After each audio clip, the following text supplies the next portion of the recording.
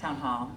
And I didn't realize that that was actually based on something that was recorded. So, because I think that the scripting of that is so brilliant in terms of how both kind of the different anxieties and cultures and languages are slowly revealed to us. And the tension rises and falls back a little bit only to get higher.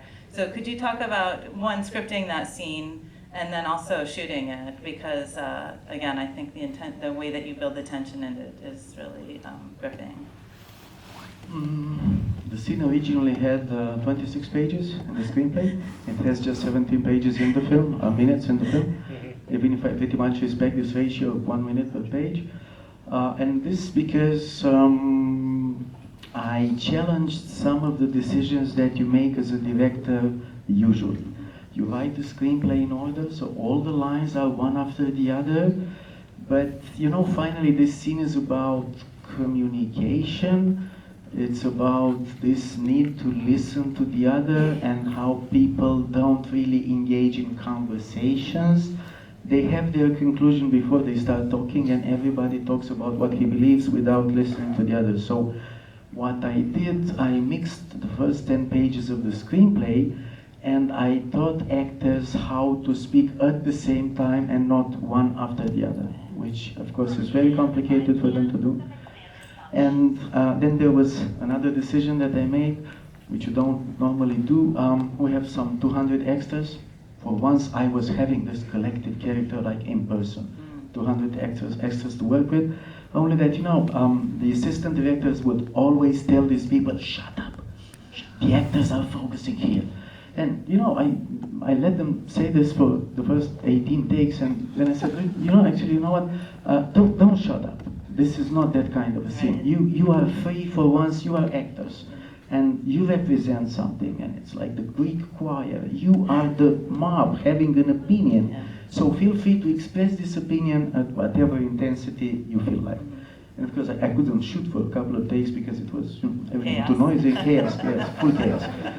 But eventually, this helped the actors a lot, because all of a sudden nobody was polite with them any longer. So they needed to be very attentive and to manage to say their line. They couldn't hear very well everybody else because there was this chaos. So that brought some sort of integrity to the scene. It was imprecise, and I'm looking for this kind of slight imprecision, but slight. Controlled chaos. Yes, so I ended up for once by directing something which I became very gestural. I normally don't do this. I just watch my monitor. I know what I need to tell to the actors, but for once I just took this Apple box, and I was on this Apple box behind the camera, and I started conducting a little bit like an orchestra, just to give them the right level of energy and of reaction for each other's scene and the entries of the actors. Because if you're wrong with the rhythm in a 17 minutes long shot, there's nothing you can do later on. You've lost the audience. And it's difficult, and finally it doesn't really matter how you do this. What matters for me is that for some spectators, they don't even notice there's just one shot. It's the energy that transmits, that flows on the other side of the screen. And then, the scene is very layered for me. It speaks about a lot of things, including, if you want, what I consider to be somehow the end of democracy the way we knew it. Democracy seemed to be, not giving the right results unless you have invested priorly in educating people, giving them the right information. You need to start by doing this and then to ask for their opinion. If you don't do this, democracy might not give you the best results. Great. We'd love for your questions for Cristian, so raise your hand if you have a question. Is he here in the middle? Oh, you can call. We'll do here and then we'll do here. Hi. I really enjoyed the movie. I wanted to maybe know a bit more about Matthias and how sort of in the beginning in Germany we see him, we see a coworker call him a slur and he, acts out and punches the guy, but then he goes home and, there are people making these comments being like, but you're mostly German, it's okay, and he kind of spends the whole film in this not knowing what to do. And I was wondering if you could sort of talk about your thought process behind writing him and what you were maybe, how you were hoping it would come across. Because like you said, it is a little hard to read him. And I was curious about your process. Right? So the question is about the character of Matthias. Actually, no. Your comment comes a lot from imagining how a main character should be, from watching a lot of mainstream cinema. While the kind of cinema that I do is very realistic, and people don't necessarily know more at the end. I don't believe that much in this arch of the character, in which he has this epiphany, and all of a sudden he becomes very wise at the end. This is bullshit, sorry. But things don't go like this in reality. I don't make movies that look like movies, I make movies that look like reality. So he's a very uncommon main character.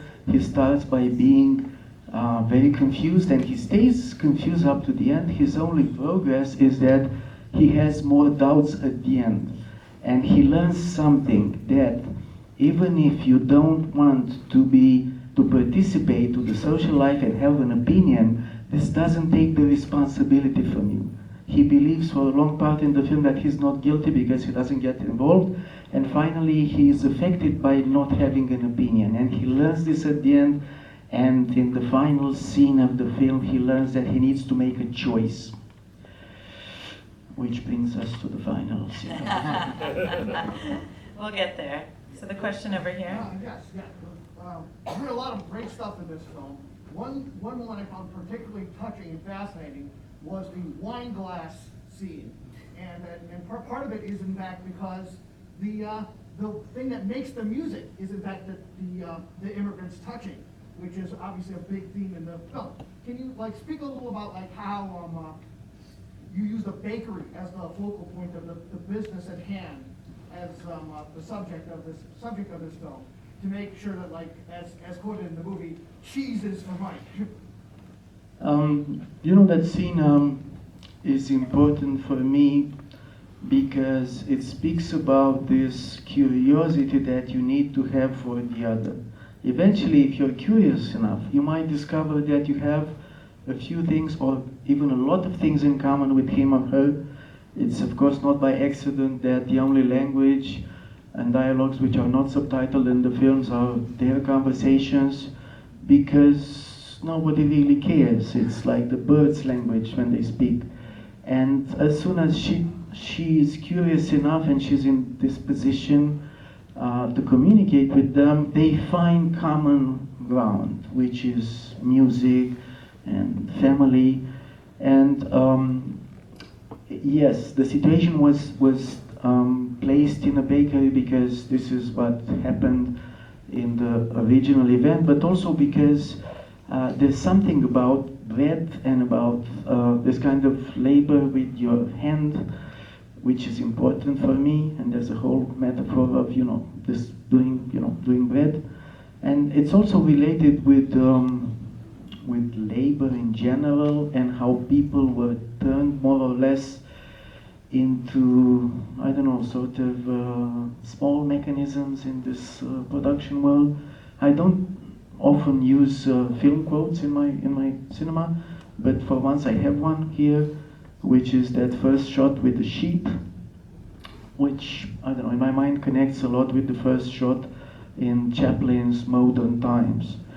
Because the film speaks a lot about this as well, about this process of losing one's individuality and transforming into a little sheep in this herd without an individual opinion, just following the others because it's so much easier. And therefore there are a lot of things which build all these layers, if you want, of meaning.